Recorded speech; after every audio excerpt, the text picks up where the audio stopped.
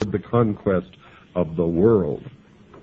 Mr. Pike repeated his devotion to the conquest of the world with this comment at the end of his book entitled Morals and Dogma, quote, "Such, my brother, is the true word of a master mason, such the true royal secret which makes possible, and shall at length make real, the holy empire of true Masonic brotherhood," unquote. Now, all of you master masons out there who've been writing me letters, don't write to me anymore. You are my enemies. And if I can, I will destroy you. Don't write to me and profess your innocence, for your own have proclaimed your guilt. And if you are truly innocent, then you're just a foolish dupe, and you better get out while you can. The major worldwide movement that champions a one-world government, folks, under a religious leader is a new phenomenon occurring worldwide called the New Age movement, a creation of Freemasonry. The newspaper put out by the Scottish Rite of Freemasonry is called The New Age. Tex Mars, a researcher into this new religion, has written 2 books on the subject. Both of these books are excellent primers for those who wish to know more about the beliefs of this religion. The 2 books are entitled Dark Secrets of the New Age and Mystery Mark of the New Age, and he has written, quote, "The New Age movement has undeniably taken on the definite form of a religion, of course, because it is Mystery Babylon." He goes on to say, "Complete with an agreed-upon body of doctrine, printed scripture, a pattern of worship and ritual, a functioning group of ministers and lay leaders," unquote. Another writer who has written 2 books on the New Age religion is Constance Cumby. Her 2 books are called The Hidden Dangers of the Rainbow and A Planned Deception. She has written this, quote, "The New Age movement is a religion, complete with its own Bibles, prayers, and mantras, Vatican City, Jerusalem equivalents, priests and gurus, born-again experiences, they call it rebirthing, spiritual laws and commandments, psychics and prophets, and nearly every other indicia of a religion," unquote. The new religion has a series of leaders. One is a woman named Alice Bailey, a prolific writer on the subject of the New Age. She was the founder of an organization called the Arcane School, one of the major Lucis Trust divisions. The Lucis Trust was a major publisher of books supporting the religion and published a newsletter or newspaper called Lucifer.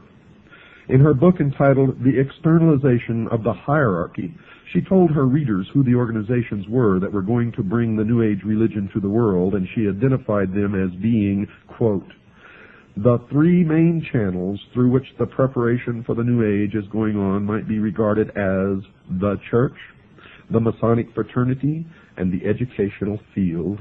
And folks, that is exactly who is bringing it to realization. The main thrust of this program is going to be to examine only one of the 3 organizations mentioned by Alice Bailey, that being the Masonic fraternity.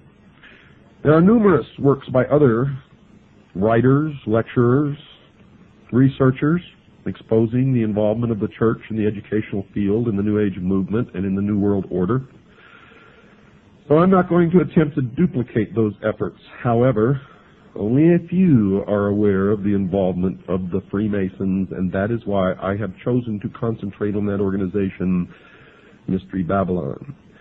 And the reason I'm concentrating on that organization is because it is their members who have infiltrated the church and the educational field who control those other 2 organizations. So really there's only one organization that needs to be dealt with, and that is Freemasonry. Another major writer on the New Age movement is Benjamin Krim, and he admitted in his book entitled The Reappearance of the Christ and the Masters of Wisdom that, quote, "The new religion will manifest, for instance, through organizations like Masonry. In Freemasonry is embedded the core of the secret of the occult mysteries," unquote. So, Masonry conceals a great mystery inside its temples, one that is connected somehow to the New Age movement. The Masons admit in some of their writings that they too are anticipating a New Age, a series of major changes. Henry Clausen, the past sovereign Grand Commander, the equivalent of their president of the Scottish Rite of Freemasonry, has been quoted as saying this, quote, We look towards a transforming into a new age using, however, the insight and wisdom of the ancient mystics, unquote.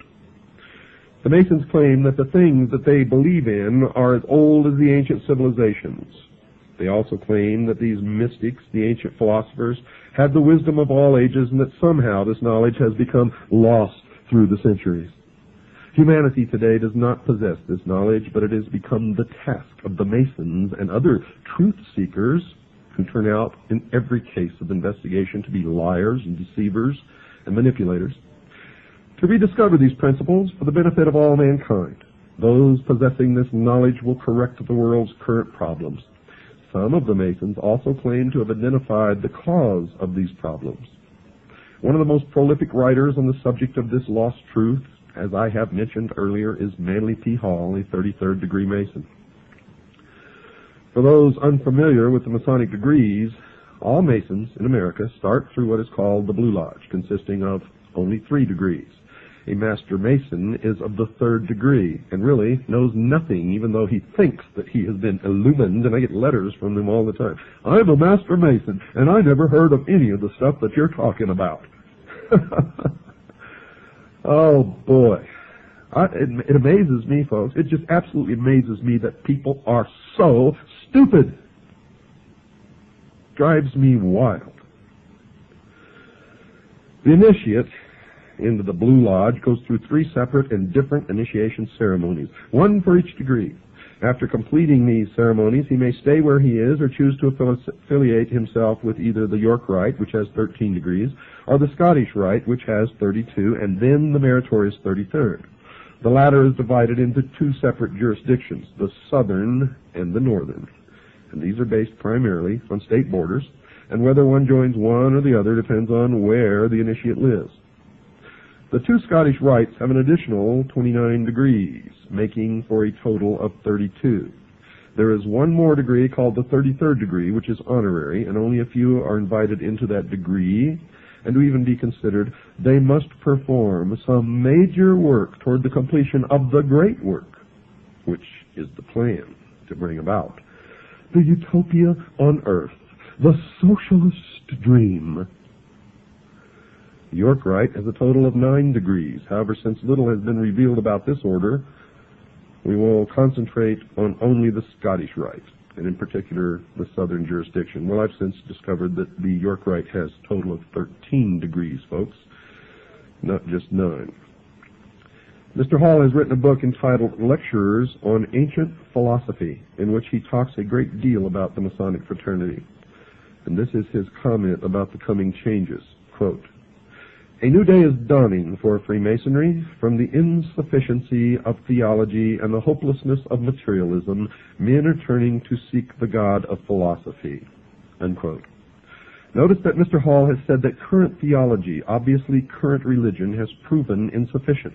Also, he feels that materialism, meaning the right to private property, is also a failure. But more importantly, he points out that this new God of the Freemasons is somehow different from the God of the Jews and Christians, as will be illustrated later. Some of the Masons believe that the God of the Bible is a God of evil. Helena Petrovna Blavatsky, perhaps the founder of the current New Age movement, has also determined that the Masons are somehow supportive of her religious views. She wrote this in her book entitled The Secret Doctrine. Quote, "At the end of the 18th and the beginning of the 19th centuries, many Freemasons traveled to Tibet, where they were initiated into the esoteric, defined as intended for or understood by only a chosen few as an inner group of disciples or initiates, by an esoteric order of the Masters of Wisdom." Unquote. It should be expected that she would support the Masonic fraternity. In 1875, she founded an organization called the Theosophical Society, basically dedicated to teaching the world about her new secret religion. One of the earliest members of that organization was Albert Pike, later to become the Sovereign Grand Commander of the Scottish Rite of Freemasonry. Albert Pike, who later became a 33rd degree Mason, the highest degree attainable, also saw that there were some significant changes coming and that he was supportive of those changes. He wrote the following in his book entitled Morals and Dogma. Quote, We can look on all the evils of the world and see that it is only the hour before sunrise and that the light is coming, unquote.